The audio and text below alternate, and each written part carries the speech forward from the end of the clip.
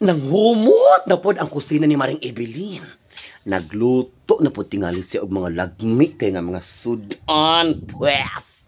Atong solongon si Maring. May buntag, Maring! Uy, kagwapa! Good sa akong Maring, oh.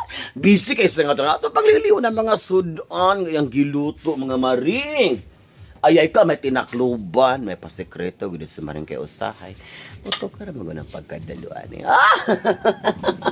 Hala! Kalami kay sa sudan ni Maring, oh. Ado na siya pinirito nga isda, oh.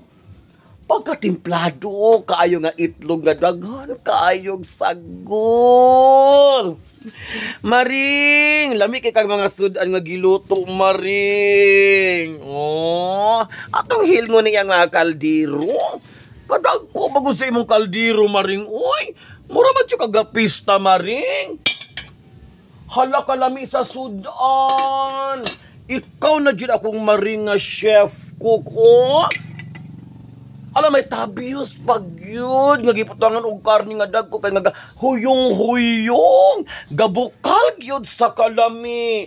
Maring no, perti jud kay kang muluto, Maring. Believe jud kay ko nimo, Maring. Basta pag abot sa luto-luto, Maring.